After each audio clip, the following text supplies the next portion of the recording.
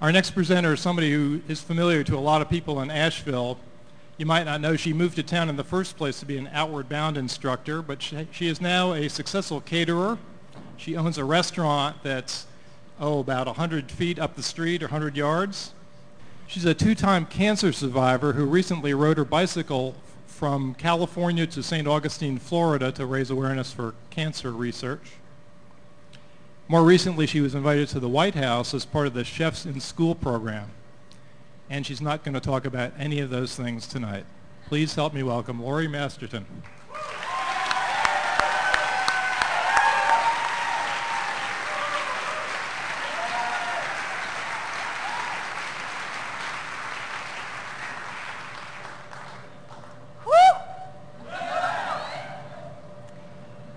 So pretty much everything in my whole life changed when I started killing bees. Killing bees. Let me go back just a little bit. About 4 years ago, I was asked to cater an event for a project of, it's an organization that teaches children about the importance of honeybees in their lives, and the fact that honeybees are responsible for a third of everything that we eat. Every third bite that we take depends on honeybees. So for this event, I thought, well, I'll just only use things that wouldn't exist without honeybees, which was interesting to me. Avocados, apples, oranges, lemons, limes, grapes, all kinds of things. Potatoes. And at the end of it, the person who did the event said, well, you ought to go to bee school. And I thought, well, bee school, sure. It occurred to me that I really probably, being a food person, should know more about honeybees, because basically a third of everything I was cooking wouldn't be there without these things. So I went to bee school, signed up for bee school, paid my money. Right off the bat, I said, I'm going to do this. I'm going to be a beekeeper. And I bought a jacket, and I ordered the stuff. I ordered the bees. I got a smoker. I picked a nice place in my backyard. And on April 28th, my bees showed up, and I was a beekeeper. And I thought I looked cool. I got to wear my red boots. That's me putting in my very first hive of bees. And I put them up in my, way up in the backyard of my house, because I'd read that they needed dappled light. So there they are, and they looked great, don't you think? It's like, wow, I'm a beekeeper. Well, the bees at the end of the year died. It's like, but everyone was having trouble with bees. I mean, we've all heard about colony collapse disorder, and we've heard about, there was a drought that year, and everybody's bees died. So I thought, well, I'm a real beekeeper. All my bees died. I'm just like everybody else. So I decided I'd give it another shot, and I went to bee school again just in case I'd missed something the first time. I already had all the stuff except for the bees, so I ordered more bees from this guy who said that he would put them in for me, because at that point I had decided I was going to ride my bicycle, not my horse, across the United States. 3,100 miles. I don't know how many steps it was, and it was about 48 days. So it's a little slower than, or faster, I guess, than your trip. And so, which was all about ovarian cancer. I'm a survivor of that, and I'm happy to be on that side of that particular line. So I came back. John had put the bees in my hives. They sat up in my backyard. They looked great. It's like, dang, this is so awesome. I mean, that you get bees, you put them in your backyard, and you're a beekeeper, and I felt like the queen, really, I must be the queen bee. But again, at the end of the year, my bees died. And again, there was way too much water that year, and other people's bees died. But this time, the first time, John, when he put my bees in, took the dead bees out. The second time, I took the dead bees out. And it was awful, taking handfuls and handfuls and handfuls of dead bees out. And I remembered them being alive, and I thought, I can't let this happen again. I can't do this again.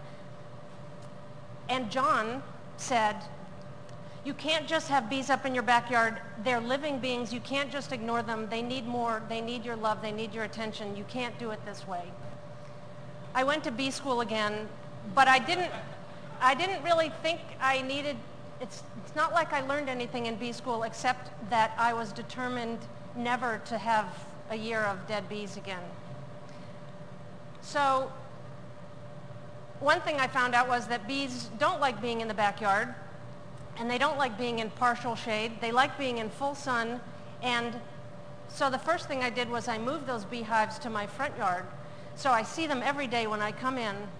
That's my driveway, you can see, and there they are right there. And I started learning about what happens inside the beehive. Pretty much, the first thing I learned was I didn't really like the job of queen.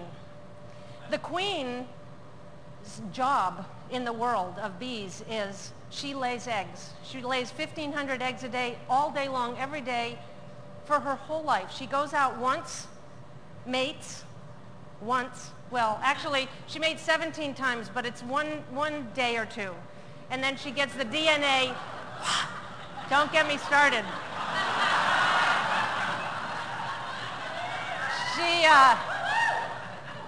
This is not that kind of talk. This is not the birds and the bees, this is just the bees. So, but she goes out and she mates with the 17 or so drones, gets the genetic material of those drones, comes back, and then for the rest of her life lays eggs, 1,500 eggs a day, with drone number one's genetic material on the first cell, and then it's a remarkable thing, but she's inside all the time. The drone, well, he doesn't get such a great job either. Maybe he gets to be one of the lucky guys who mates with the queen, but after that happens, he is dead. Well, and if he's a drone that's in the hive that doesn't get to go flying out on one of these mating flights, at the end of the year, the worker bees say, hey, Buster, you're not doing anything, and they kick him out and he dies. Well, that didn't seem very good. Then I started paying attention to the worker bees. And the worker bees, as I realized it, have this progression of jobs. The very first job that they have when they are born is they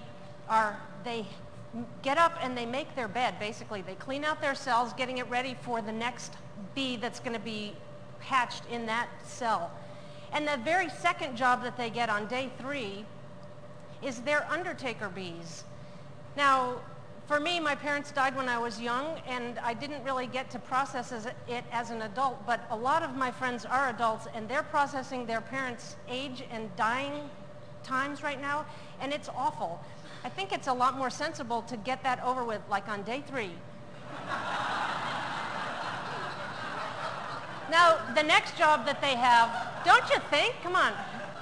The next job that they have is taking care of the queen. I think we all need to know that there is a boss sometimes, and that person might need respect. In the case of the bee, the queen bee, as the workers get involved with her, they touch her and they get her pheromones, which get spread out throughout the entire hive. And then all the people in the hive know that they belong to her. The next thing that they do is a pretty interesting stage. They are the house bees. They make the honeycomb. They are heating and air conditioning. Inside a beehive, it's 95 degrees, summer and winter. Wintertime, summertime. It's pretty cool. They, air conditioning. One of the jobs that they do at this point is that they go to the entrance of the hive and they greet the foraging bees who are out collecting things, and they take the nectar from the foragers and put it in their honey stomachs, combine it with an enzyme, take it into the cells, and transform the sugar from the nectar into the sugar that's honey. Also at this point, when the nectar has 80% moisture content and honey has 17% moisture content. So when that honey, the nectar, gets put in those cells, it's very too wet. But those bees' job then is beating their wings and evaporating the water so that when it's 17%, bam, there goes that cap on there, and there's honey stored for the winter when they need it. This is the time when they're the cooks. They then progress to the jobs. They become soldier bees and guard bees. Do not come into my hive if you do not belong here. You don't smell right, you cannot come in. And then they become field bees, and the field bees go out in the world and they get the pollen and nectar and bring it back. One of the things that they do when they go out is they come back and they tell the people who are in their hives what they found. They do this doing the waggle dance, which I think is kind of fun. You've heard about the waggle dance? I don't know. Is that how? But what they do is they say, go south till you get to that big maple tree, hang a left, go down, you'll find an awesome tulip poplar tree, and then they come back and the bees then follow that. I mean, they go out and they come back. And another thing that they do when they're out there is they pollinate. They figure that a bee, every time she goes out, touches 50 to 100 different flowers. Here she is coming back with pollen. Now, what's really interesting to me, and you may not be able to see this because it's very small, but inside this necklace is 1/12 of a teaspoon of honey.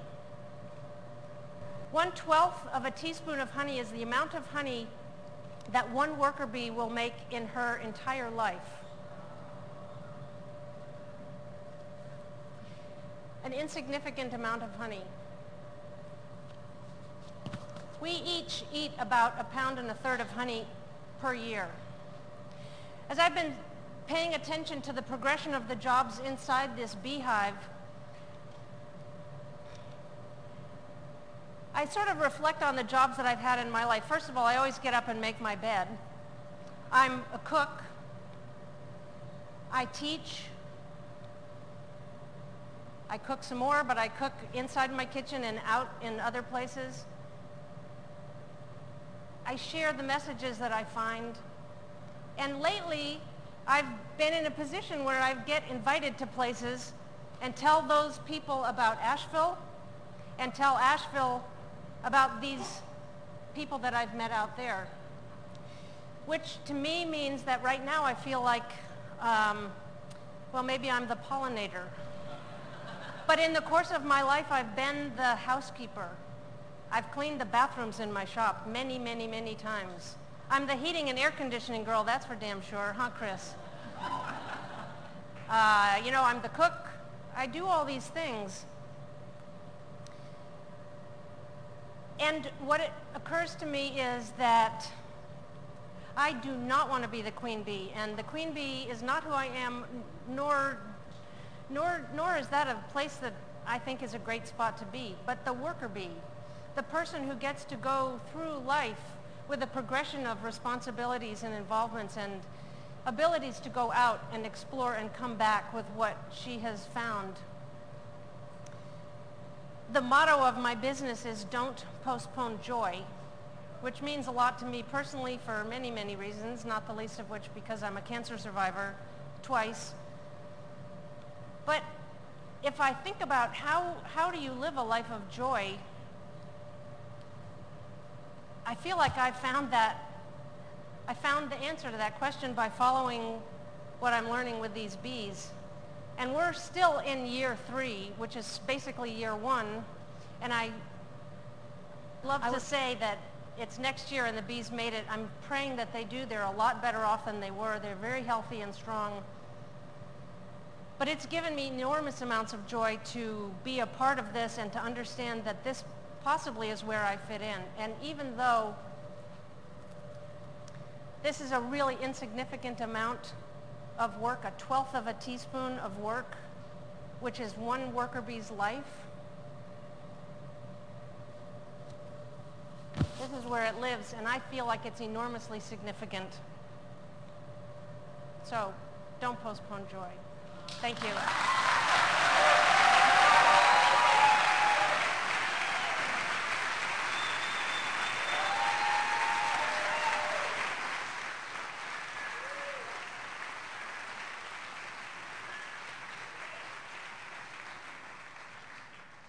That was sweet.